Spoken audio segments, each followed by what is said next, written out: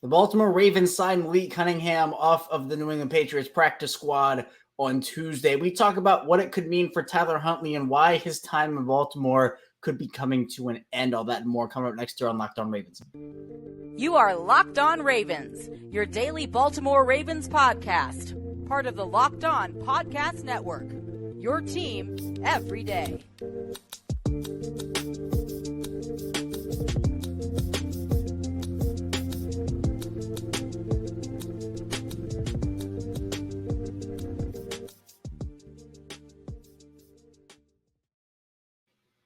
Welcome to another edition of Locked On Ravens, your daily Baltimore Ravens podcast. I'm your host, Kevin Ostreicher of Ravens Wire, here with you on the Locked On Podcast Network, your team every day. Thank you so much, as always, for being here with me and making Locked On Ravens your first listen each and every day. We are free and available on all podcasting platforms. That includes over in video form on YouTube and audio form wherever you get your podcast. Today's episode of Locked On Ravens is brought to you by FanDuel.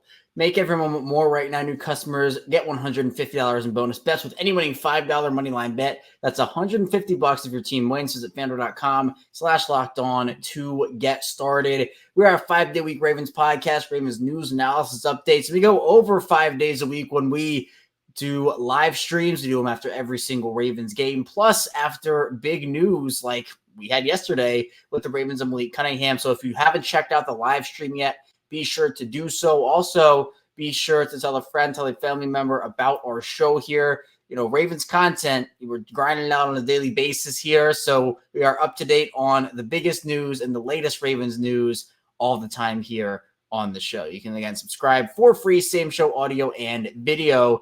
We have lots to talk about today. Again, Malik Cunningham signs with the Ravens from the New England Patriots practice squad. So Baltimore signs him off of there. And it's interesting because, you know, why would the Ravens sign a quarterback in mid-December? They obviously have Lamar Jackson. We're going to talk about what it means, though, not for Lamar, but for his backup in Tyler Huntley, because it could be signaling the beginning of the end for Tyler Huntley with the Ravens. We'll also talk about Cunningham in general, get into some analysis on him as a player, what he could bring to the Ravens, and then get the Patriots perspective. A really awesome final segment. Be sure to stay tuned for that. Mike Debate of Locked On Patriots will join us to give his perspective on why the Patriots let Cunningham stay on the practice squad and have the opportunity to be scooped up, what's going on in New England right now with everything that Trent Brown posted and the outpouring of support for Cunningham, just who Cunningham is as a player and a person. So lots to dive into. Let's start with Tyler Huntley, though. On the live stream yesterday, we talked more about Cunningham, and we did get into Huntley's future, a lot of in-depth instant reaction analysis over on that, so be sure to check it out. But for Tyler Huntley, it's been a conversation point for a while. We've had tons of conversations here on Locked On Ravens. If you're an everydayer, you've heard me talk about it before, where it seems like the past 1-2 off seasons, we've had conversations about, well, if a quarterback needy team really needs Tyler Huntley, you really need somebody to go out there and just start games for him and who isn't a total liability out there. Hey, go out there and get a Tyler Huntley. What would a team have to give up to go get Tyler Huntley from the Ravens? We had conversations about maybe a third rounder, maybe a fourth rounder. Huntley in his career, he's stepped in and started. He has starting experience. He's 3-5 as a starter, career 65.5 completion percentage for him, 1,792 yards, 6 touchdowns, and 7 interceptions. And my mistake. Pro Bowl quarterback Tyler Huntley. I have to give him the respect there. Regardless of how you actually feel about the Pro Bowl, deserved, not deserved, Huntley is accomplished at the NFL level. I'm not saying he's won Super Bowls and led playoff comeback wins or anything like that. But for a team that, look, Huntley, I think, deserves to be in the conversation for a starting job somewhere. That's not going to be in Baltimore as long as Lamar Jackson's there, right? This is Lamar Jackson's team. Tyler Huntley has no shot. Nobody has a shot of starting in Baltimore as long as Lamar Jackson is there. This is Lamar's team.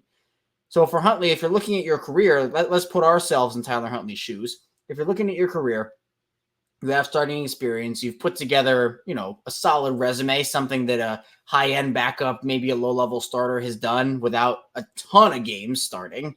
You look at that and you say, well, do I want to stay in Baltimore? Good situation as a backup, but again, no starting opportunities there. Or do you want to go and find a place where there is maybe an opening at quarterback or a competition to be had at quarterback and go compete for a starting job? I mean, personally, if I'm Tyler Huntley, that's what I would do.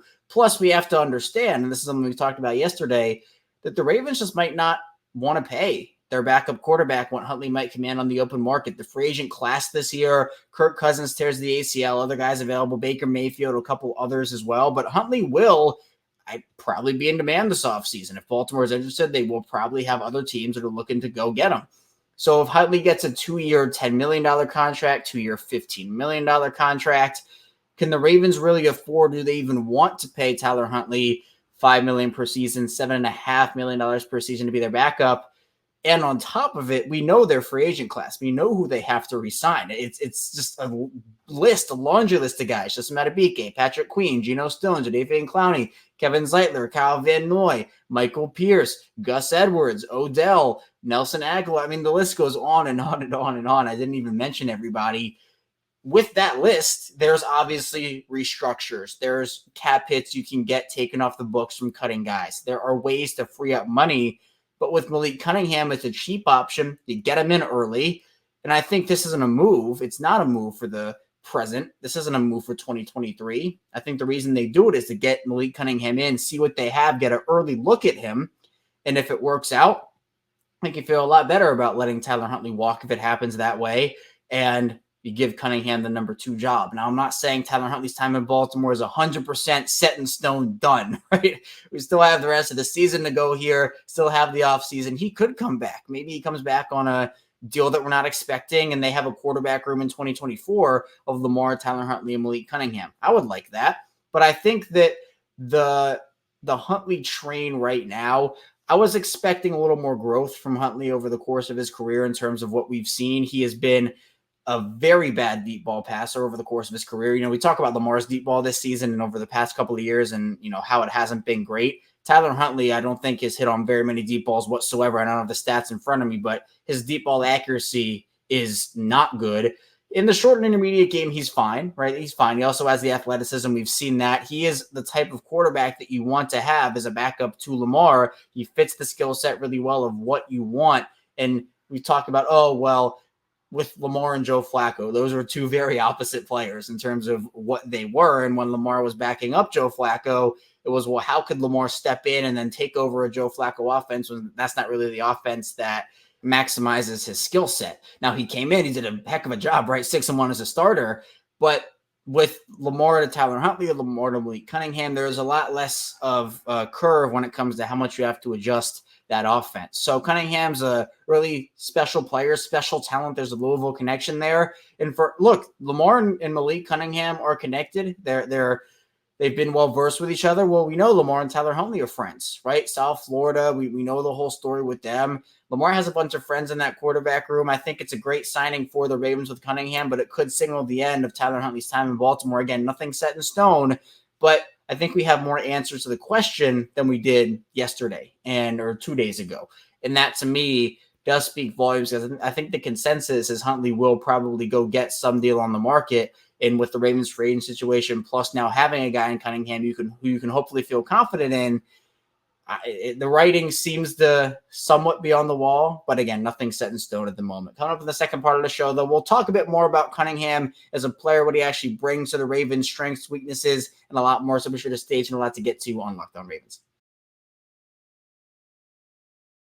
First, this episode is brought to you by FanDuel Sportsbook. And as the weather gets colder, the NFL offers stay hot on FanDuel right now. New customers get $150 in bonus bets with any winning $5 moneyline bet. There's $150 if your team wins. If you've been thinking about joining FanDuel, there's no better time to get in on the action. The app is super easy to use. Plus, there's a wide range of betting options that include spreads, player props, over-unders, and so much more. Obviously, the Ravens, they have a huge game coming up. Jacksonville Jaguars, they go to Florida to play Jacksonville. So maybe you're looking at Lamar, over-unders for touchdowns, rushing yards, passing yards, the whole 9 yards there. Maybe Zay Flowers, can he get an anytime touchdown? Odell's looked great. Or maybe if Kyle Hamilton does play, I wouldn't expect him to, but if he does, maybe you're looking for Kyle Hamilton tackles. So many props and more over on FanDuel. Visit FanDuel.com/lockedon and kick off the NFL season. FanDuel, official partner of the NFL. We're back here, our second segment of Locked On Ravens. Kevin Oestreicher still talking with you here. We dove into the future of Tyler Huntley and what it could look like after this season. But let's talk a little bit about Malik Cunningham, because that was the signing, right? Baltimore signs him off the Patriots practice squad. Again, we did a live stream yesterday. If you want instant reaction to the move, we have that up. You can check it out, video form audio form as well. But Cunningham, we'll talk about him here in this segment. I think it's important to kind of dive into who he is. Obviously a stud at Louisville, threw for 9,664 career passing yards over there on 62.6 completion percentage. He had 70 touchdowns compared to 29 interceptions. Throwing the ball, rushing obviously is a dual threat guy. 3,182 yards on 5.1 yards per carry and 50 touchdowns, had 20 rushing touchdowns in 2021 to go along with a heck of a year passing the football, 19 touchdowns compared to just 6 interceptions. That was probably his best year. Well, 2019 was also really good for him. He had 22 touchdowns compared to 5 interceptions, 2,065 passing yards, but he ended up having 6 rushing touchdowns in 2019 compared to the 20 he had in 2021.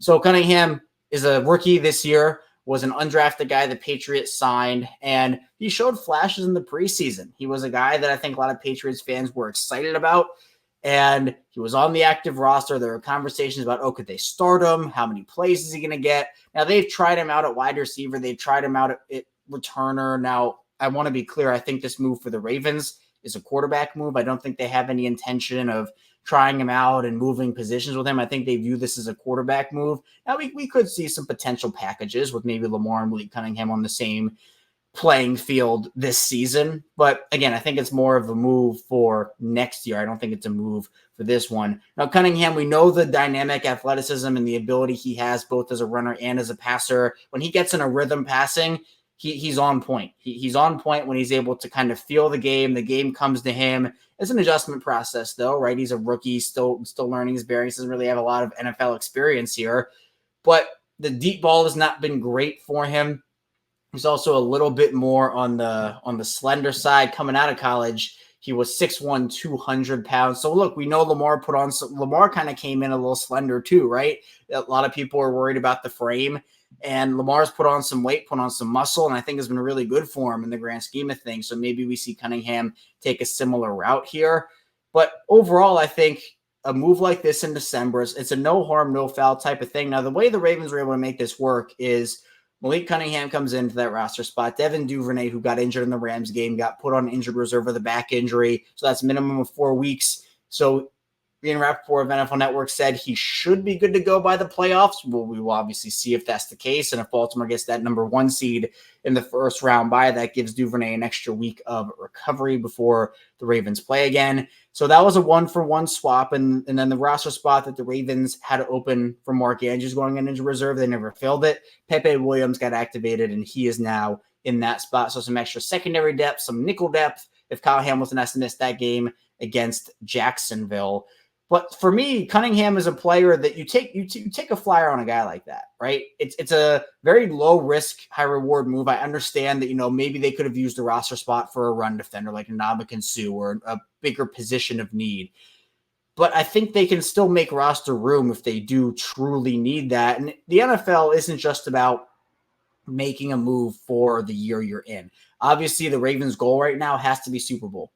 Has to be right now. They have a good enough team. The vibes seem to be there. Magic is kind of building up for him. It feels like it maybe could be their year. You got to focus on that. But the NFL doesn't just cease to exist after this season, right? If you win this year, well, hey, you want to give yourself the best shot to win next year too, and the year after that. And especially when you have a player like Lamar, you want to maximize the window and capitalize on it. And if you're going to lose Tyler Huntley, if that is what happens, if you lose him in unrestricted free agency this year, you're going to want to have a guy. And again, I made this comparison on the live stream. It's a Nuggets comparison for those everydayers. I'm a Nuggets fan, and I try to bring the basketball knowledge in here to compare it to the Ravens. But the Nuggets brought in Reggie Jackson last year on a buyout. Mid-season acquisition was a buyout thing. He comes in, has a small role, doesn't really play well, then kind of gets benched for the rest of the season, isn't in the rotation for the playoffs, they win the championship. But within that, he was able, coming in mid-season, to be around the players, be around the coaches, be around the system. You pick things up there. Plus, then when the season ended, they won the championship. Reggie Jackson was in Denver a ton, working out with the young guys, working out with the coaches, picking up the system, and had a full offseason in Denver. He knew where he was going to be, re-signed with the Nuggets. And he's had a resurgent career year this year. He's been a guy that's been a very solid NBA veteran, and he comes in to Denver, doesn't have a role in the midseason last year, but now is the true backup point guard here and has filled in pretty admirably for Jamal Murray when he's been out with an injury. Now, Malik Cunningham, he's not mid-30s with which Reggie Jackson is, but it's kind of the same concept for me, where you're bringing a guy midseason.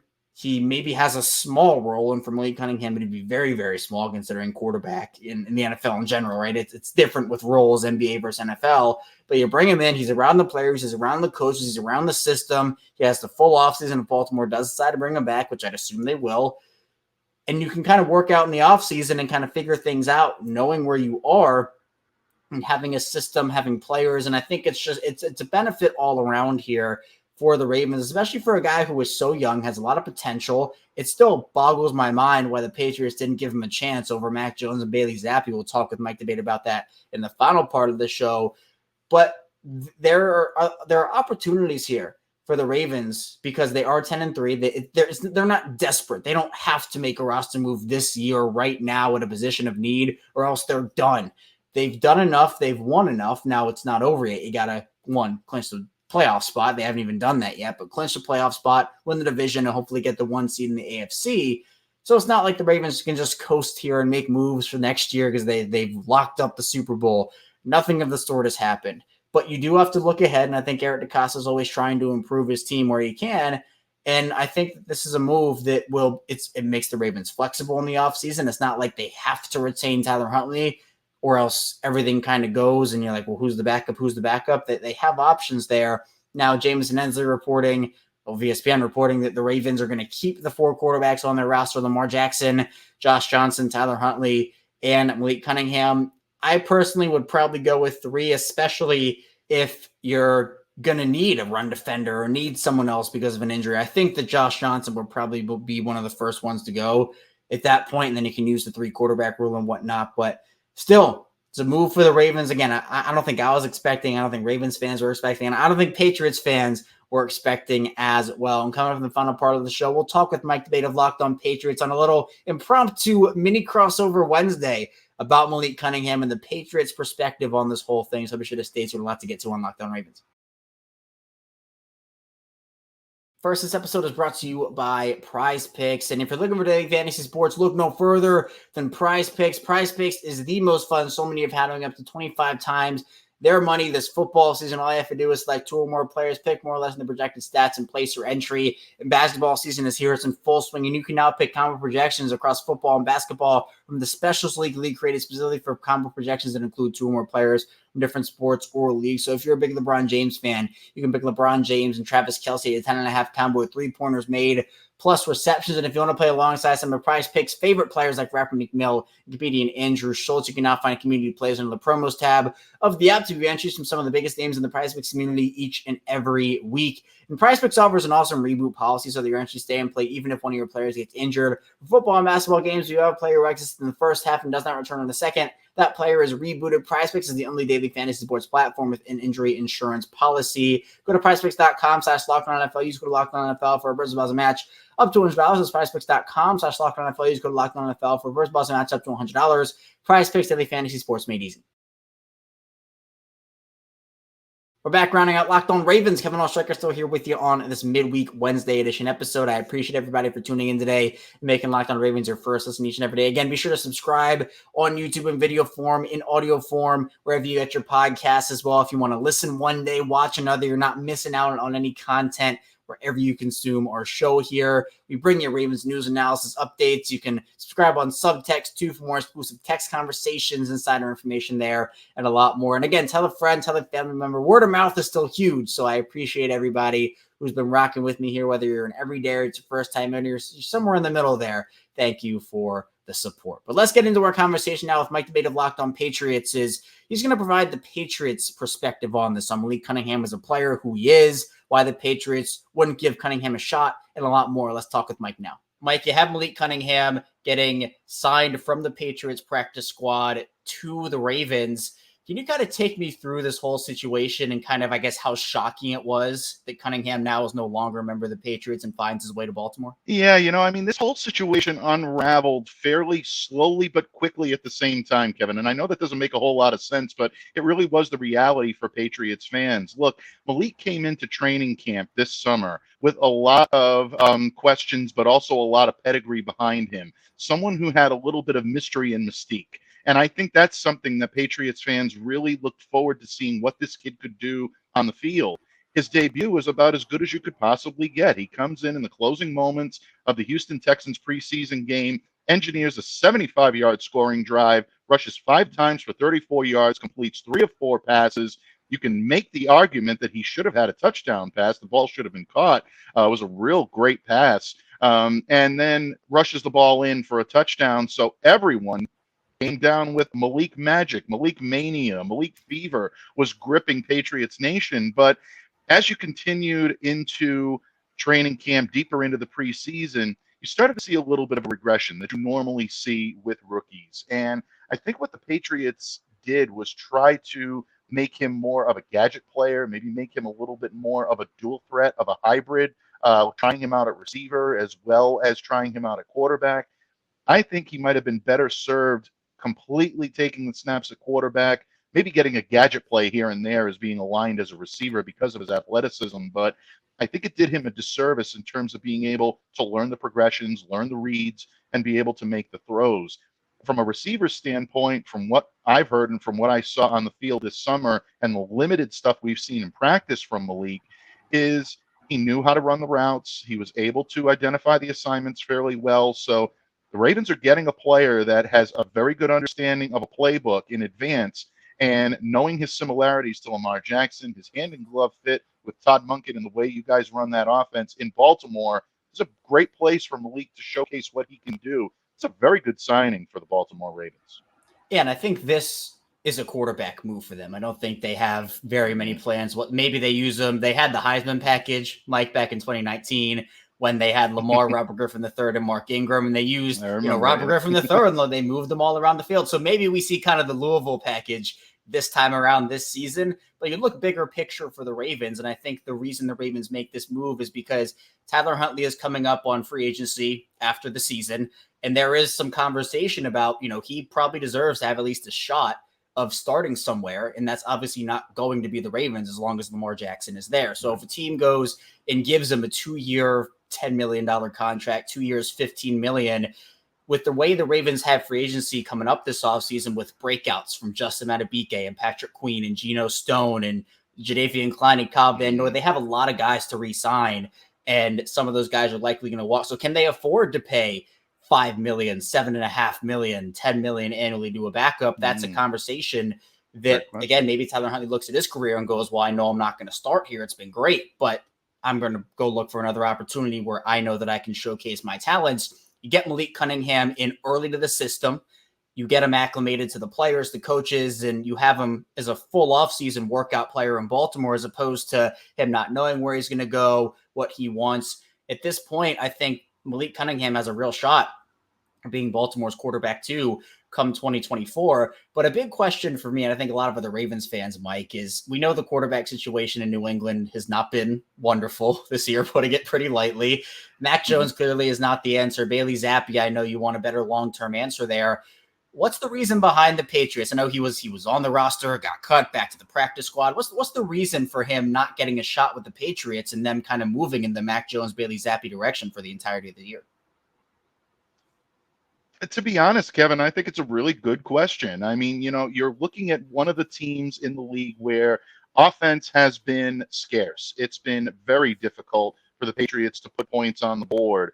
They had a nice little game on Thursday night against the Pittsburgh Steelers, were able to find their rhythm. Great first half of offensive football. I'm not taking anything away from what Bailey Zappi and Hunter Henry and Ezekiel Elliott did in that opening half. It was a very good showing, the best showing the Patriots have put forth offensively all season long.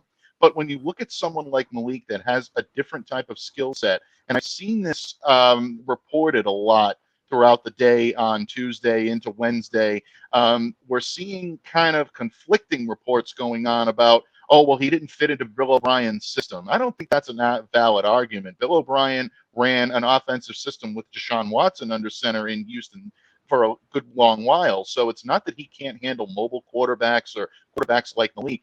I think, again, the fact that they tried to work him out and work him into a receiver position primarily as opposed to a quarterback may have hurt his ability to be able to learn the Patriots offensive playbook, because whether you're talking the Josh McDaniels days or you're talking Bill O'Brien, it's a complex system to be able to learn. You have to run the correct routes. You have to pass on correct routes. You have to be able to find the zones. Things like that really can be difficult in a Patriots offense. So maybe Malik did not pick up what they were looking for in terms of him being out there this year. Again, if they had maybe worked him out a little bit, more on that prior to that, we might be having a different conversation, or we might not be having a conversation today. Malik may still be a member of the New England Patriots, but Baltimore identified something in him, and I think you're on to something about him being a potential contributor on to the future here. Again, someone I would keep a close eye on if I'm a Ravens fan. Yeah, I wouldn't expect, again, a lot this season. And maybe this is a situation where he can come in a very low pressure environment for him in terms of what he's asked to do.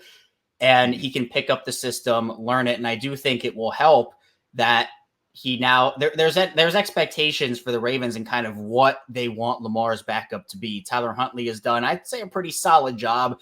Now, when he started, he went 3-5 as the starter. So maybe the Ravens know that, look, Huntley's going to go out there, probably look for something. And if he does come back, great. If he doesn't, they have Malik Cunningham waiting in the wings, someone who could be the quarterback too for them. Plus, we know about the Louisville connection between Lamar and Malik, those two passing in the night between the 2017 season, Lamar's last year at Louisville versus Malik's first. But I'm curious, Mike, about what you saw from him. You mentioned the preseason, the flashes he showed there. During his time in New England, what were some of the strengths and weaknesses that you saw from Malik, and what do you think his potential could possibly be at the NFL level when it's all said and done here?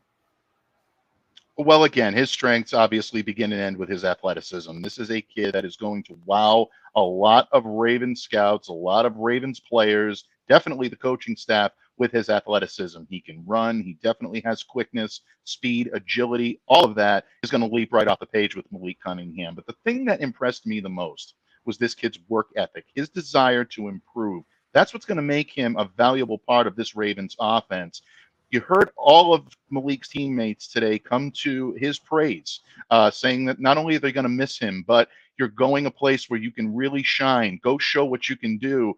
He's shown that ability in practice over and over and over again. And again, he's going to a spot, I think, in Baltimore where he can learn, like you said, this year, get a good feeling for this Baltimore offense, be able to learn in a practice environment, maybe get a couple of reps in game situations if the game is either out of hand or if the Ravens have clinched, or, things of that nature. We've seen certain things happen where guys get opportunities prior to really showcasing what they can do in an actual game setting, in a meaningful setting. This is a great opportunity for him to do so. So what I look for from Malik is someone that's going to come in, take this opportunity very seriously. He's got to be extremely excited about learning and playing with a guy like Lamar Jackson. And he's got a good coach in John Harbaugh, great infrastructure here in Baltimore, a good spot for him to shine. And I believe he will. Mike gave us a lot of great insight there. And I'm personally excited for Malik Cunningham. Again, is it going to be the starting quarterback in Baltimore, right? This is Lamar's team.